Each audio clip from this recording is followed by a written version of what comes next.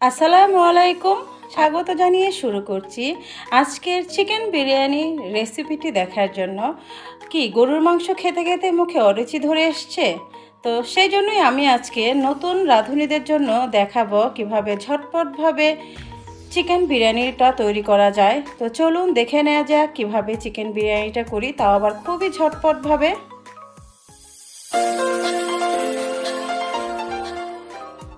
এখানে আছে চিকেন, মানে ব্রয়লার মুরগি, আপনারা চাইলে দেশি মুরগিও নিতে পারেন। আমি ছোট ছোট টুকরো করে নিয়েছি, এতে করে বিরিয়ানিটা খেতে ভালো লাগে। আমি কেটে ধুয়ে ভালো করে পরিষ্কার করে নিয়েছি। এখানে 2 থেকে আড়াই কেজির মতো চিকেন আছে। আমি এখন হালকা তেলে দিয়ে আমি চিকেনগুলোকে হালকাভাবে একটু ভেজে নিব, এতে করে চিকেনগুলো আর বিরিয়ানিতে যখন আমি মিক্স করব তখন আর ভেঙে যাবে না, আর স্মেলটাও ভালো আসবে। আজকের রেসিপিটা আমি একেবারেই করেছি আমার নতুন রাঁধুনি ভাই বোনদের জন্য, কারণ তারা চিকেন বিরিয়ানিটাতে খুব ঝামেলা করতে পারে না। খুবই সহজভাবে কিভাবে করা যায় সেই চিন্তাই তারা সবসময় করে। আর যারা ব্যাচেলর ভাই বোনেরা আছেন তাদের জন্য উপকারী হবে, যারা প্রবাসী ভাই বোন আছেন তাদের জন্য আজকের রেসিপিটি অনেক কাজে লাগবে।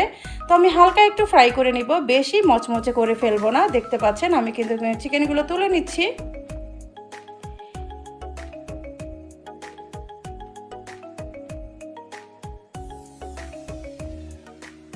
এখন এই যে তেল আছে, মানে চিকেনের যে তেলটা আছে সেই তেলটাতেই কিন্তু আমি রান্নাটা করব। আমি পেঁয়াজ কুচি দিয়ে দিলাম, পেঁয়াজটাকে একটু হালকা ভেজে নিব। দিয়ে দিচ্ছি এর ভিতরে তেজপাতা, দিচ্ছি দারচিনি আর দিব এলাচ। ভালো করে আমি এই গরম মশলাগুলো পেঁয়াজের সাথে একটু ভেজে নিব, এতে করে স্মেলটা ভালো আসে। দিয়ে দিচ্ছি এখানে রসুন বাটা 1 টেবিল চামচ, আদা বাটা 1 টেবিল চামচ, স্বাদ মতো দিয়ে দিব লবণ। এখন আমি গুঁড়ো মশলা ইউজ করব। এখানে আমি দিয়ে দিচ্ছি লাল মরিচের গুঁড়ো, এটা ঝালের জন্য। আমি আজকে রাঁধুনি রেডিমিক্স দিয়ে বিরিয়ানি মশলাটা পাওয়া যায় সেটা দিয়ে রান্নাটা করব, তারপরও আমি ঝালটা একটু দিয়ে দিলাম। আর যেহেতু রাঁধুনি রেডিমিক্সে সব ধরনের মশলা দেয়া থাকে সেজন্য আমি অল্প অল্প করে মশলাগুলো দিলাম। আমি পুরো প্যাকেটের মশলাটাই কিন্তু এখানে দিয়ে দিলাম। এখন মশলাটা ভালোভাবে কষাতে হবে। মশলাটা যত ভালো কষানো হবে তত কিন্তু খেতে ভালো লাগবে। আর এখানে আমি দিয়ে দিচ্ছি লিকুইড দুধ। আমি এখানে হাফ কাপের মতো লিকুইড দুধ দিয়ে দিলাম, এর কারণে কিন্তু চিকেনটা খেতে বেশি টেস্টি হবে। আপনারা চাইলে টক দইও দিতে পারেন। যেহেতু আমি নতুন রাঁধুনি আপুদের জন্য তৈরি করেছি, তো সেই জন্য আমি এখানে দুধটা দিয়েই দেখালাম। তো আমি এখন যে ভেজে রাখা চিকেনগুলো তুলে রেখেছিলাম সেই চিকেনটা দিয়ে ভালো মতো কষিয়ে নিব। যেহেতু আমি ব্রয়লার মুরগি দিয়ে করছি, তো এখানে বেশি সিদ্ধ করার কোনো দরকার নেই। আমি তো হালকা ভেজেই নিয়েছিলাম, এখন শুধু জাস্ট মশলার সাথে কষিয়ে নিব, তাহলে কিন্তু আমার চিকেনটা রেডি হয়ে যাবে। কারণ আমি কিন্তু এক্সট্রা কোনো পানি দিব না, কারণ ব্রয়লার মুরগিটা একেবারেই নরম থাকে। সেম প্রসেসে আপনারা গরুর মাংস দিয়েও করতে পারেন। যেহেতু গরুর মাংস খেতে খেতে মুখে অরুচি ধরে গেছে আমাদের, যেহেতু কোরবানির ঈদ চলে গেল, সেজন্য আমি চিকেন দিয়ে ঝটপটভাবে তৈরি করে দেখাবো। আর এখানে আমি এখন রাইসটা তৈরি করব। আমি তেলের মধ্যে আমি পেঁয়াজটা দিয়ে ভালো করে ভেজে দিয়ে দিলাম এলাচ আর তেজপাতা। এখন ভালো করে পেঁয়াজটা একটু ফ্রাই করে আমি দিয়ে দিচ্ছি পোলার চাল। আমি কিন্তু মুরগি নিয়েছিলাম 2 থেকে আড়াই কেজি, আর এখানে পোলার চাল আছে আমার 1 কেজি। কারণ রাইসের থেকে মুরগির মাংসটা বেশি হলেই কিন্তু বিরিয়ানিটা খেতে ভালো লাগে। তো মাংস আমার কিন্তু ভালো করে ভাজা হয়ে গেছে। অবশ্যই আপনারা চালটা কিন্তু ভালো করে ভেজে নেবেন, তাহলে বিরিয়ানিটা ঝরঝরে হবে। তো এখন ভাজা হয়ে যাওয়ার পরে যে আমি চিকেনটা রান্না করে রেখেছিলাম সেই চিকেনটা দিয়ে আবারও ভালো করে রাইসের সাথে ভালো করে নেড়ে চেড়ে মিশিয়ে দিব। তো আমার কিন্তু রাইসের সাথে চিকেনটা ভাজা হয়ে গেছে। আমি এখানে পরিমাণ মতো পানি দিয়ে দিচ্ছি, আর পানিটা অবশ্যই প্রথমে একটু কমিয়ে দিবেন। আর বেশি যদি দিয়ে ফেলেন তাহলে কিন্তু একেবারেই নরম হয়ে যাবে। আর অল্প দিলে কিন্তু আপনি চাইলে পরে একটু পানি অ্যাড করতে পারেন। যেহেতু আমি এখানে চাল দিয়েছি 1 কেজি পরিমাণ, সেহেতু আমি এখানে পানি দিব 2 কেজি পরিমাণ।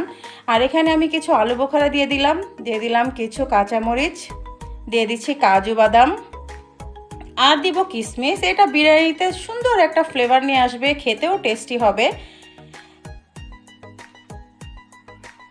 এই তো বলক চলে এসছে, কিন্তু এখন আমি চুলোর আঁচটা কিন্তু কমিয়ে দিব। প্রথম দিকে মনে রাখবেন চুলোর আঁচটা হাইয়ে থাকবে, মাঝখানে চুলোর আঁচটা মিডিয়াম থাকবে, তারপরে লাস্টের দিকে আপনি চুলোর আঁচটা একেবারে ডিমে আঁচে করে দিয়ে আপনি রান্নাটা শেষ করতে হবে।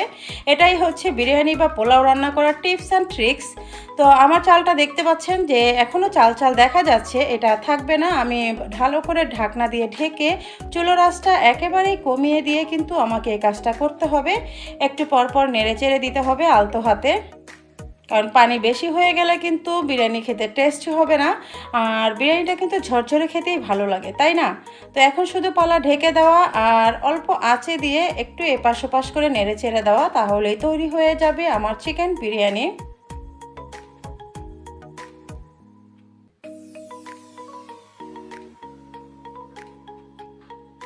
এখন একটু রাইসগুলো ভালো করে চেপে চেপে দিয়ে আমি ঢেকে দিব।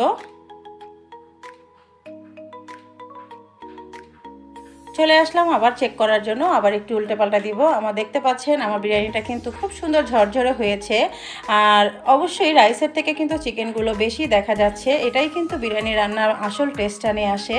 কারণ রাইসটা যদি বেশি থাকে আর মাংসটা যদি কম থাকে তাহলে কিন্তু খেতে ভালো লাগে না। এই তো অনেক সুন্দর ঝরঝরে হয়ে গেছে আমার বিরিয়ানিটা। এখন আমি একটু দমে রেখে দিব, তাহলেই তৈরি হয়ে যাবে আমার চিকেন বিরিয়ানি। তো এখন একটু হালকা ঘি দিয়ে দিব, একটু শাহি শাহি ফ্লেভার না হলে তো চলে না, তাই না? বিরিয়ানি খাবো আর শাহি ফ্লেভার হবে না, তাই কি কখনো হয়? তো দিয়ে দিব এখানে কেওড়া জল। এখানে আমি 1 টিস্পুনের মতো কেওড়া জল দিয়ে দিয়েছি। তো তৈরি হয়ে গেল আমার মজাদার চিকেন বিরিয়ানি, তাও আবার ঝটপটভাবে। তো নতুন রাঁধুনি ভাই বোনদের নিশ্চয়ই খুব ভালো লেগেছে। আর যারা অভিজ্ঞ আপুরা আছেন তাদের তো সবসময় পারেন আপনারা। আমি আজকে রেসিপিটা তৈরি করে দেখিয়েছি শুধুমাত্র নতুন রাঁধুনিদের জন্য। আশা করছি আমার রেসিপিটি আপনাদের কাছে ভালো লেগেছে। যদি ভালো লেগে থাকে প্লিজ কমেন্টস করে জানাবেন, কারণ আপনাদের একটা লাইক আর কমেন্টস আমাকে অনেক উৎসাহ দেয়। আশা করছি অবশ্যই সহজভাবে দেখাতে পেরেছি আমি আপনাদেরকে।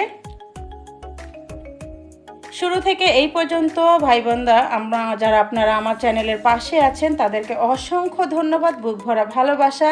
আর যারা এখনও আমার চ্যানেলটিকে সাবস্ক্রাইব করেননি কিন্তু ভিডিওগুলো দেখছেন, তারা চাইলেই কিন্তু সাবস্ক্রাইব করে বরাবরের মতো আমার চ্যানেলের পাশে থাকতে পারেন। তো সবাই সুস্থ থাকবেন, ভালো থাকবেন। আল্লাহ হাফেজ।